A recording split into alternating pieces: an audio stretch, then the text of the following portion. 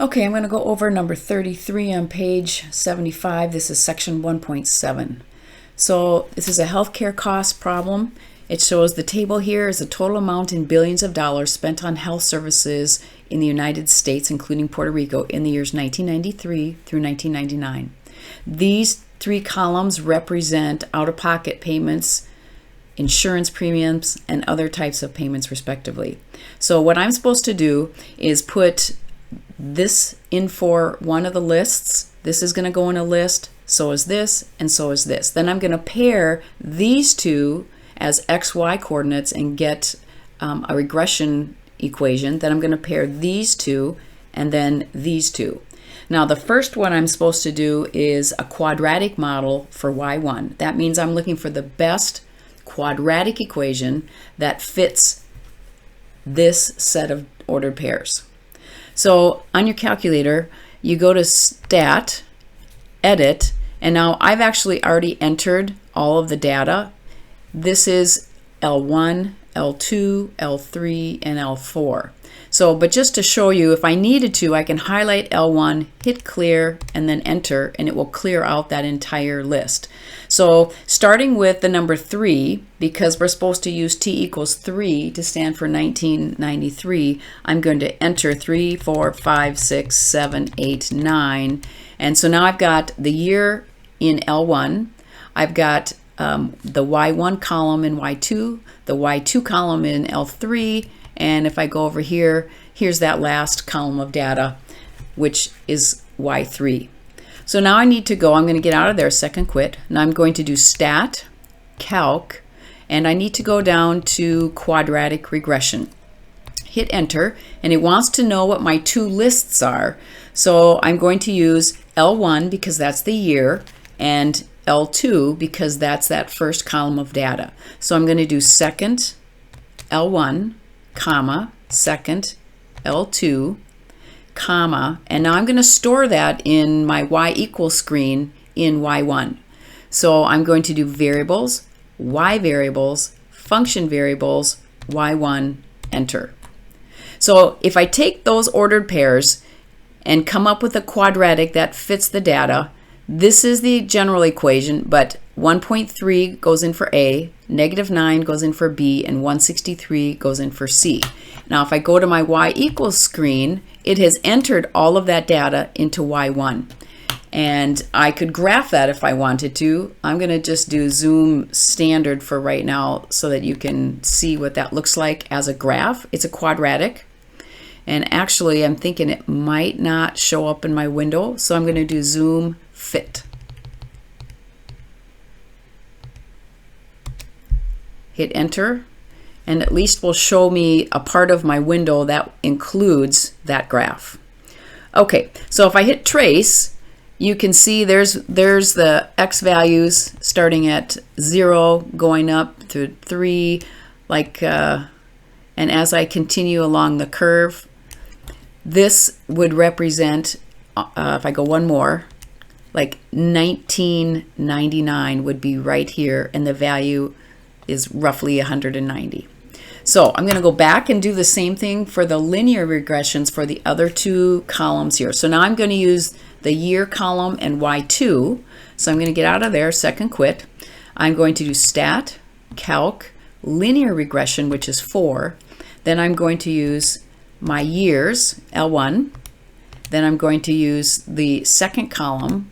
It's in list 3, and I'm going to store that in variables, Y variables, function variables, Y2, enter. So now this is a linear equation, so I'm just given A, which is the slope, and B, which is the y-intercept.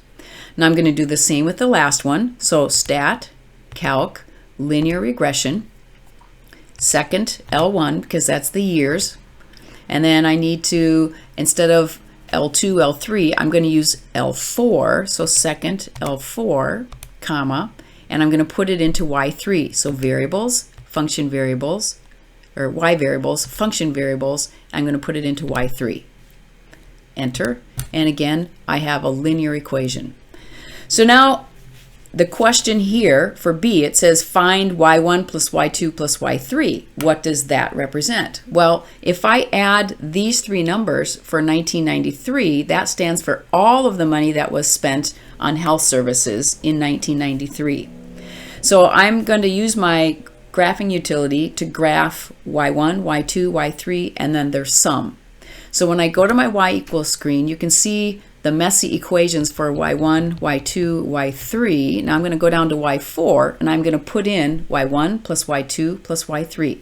So variables, y variables, function variables, y1 plus variables, y variables, function variables, y2 plus variables, y variables, function variables, y3. And now I have all three of those in my screen, and I'm going to hit enter. So now I can graph all of those in the same window, and to do that, a lot of times when you have things going on like that, it might be helpful to do a zoom and then a zoom fit to start with, so that it gets all of our graphs in the same viewing window, at least partially. Now I'm interested in the values for t equals 3 through 9. So I can already see on the left side of this screen, I don't need any of this. I'm not interested in that. My years start over here at t equals 3. So I'm going to do a Z box here to get in a better position to see the values that I want to see. So I'm going to start right there, then I'm going to go to the right, and now keep an eye on this X, because I only wanted to go out to a 9, but I think I might go out a little further if it will let me. It looks like I can only go out to 10. Well, that's all right. I'm going to go all the way down here till I get to the bottom of my screen and hit enter. And it's going to redraw those graphs, and you can see the tick marks at the bottom. This would be t equals 3 right here, so that's 1993, 94, 95, 96, 97, 98, and so forth. Now the problem is I think I'm going to need to change that window just a little bit, because I see down here in part D, I'm supposed to estimate what it would be in 2003 and 2005, and my graph isn't going out that far. So I can see though, if I hit trace, it's going to put me on y1. So this is that quadratic modeling equation.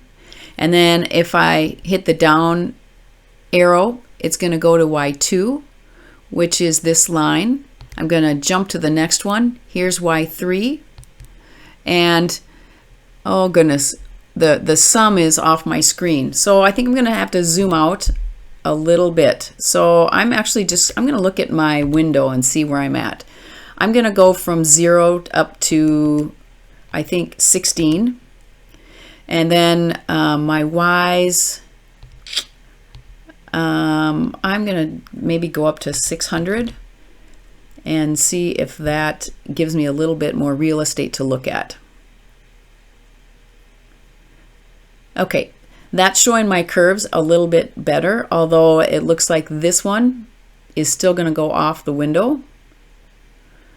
And so I'm going to have to go up higher, I think.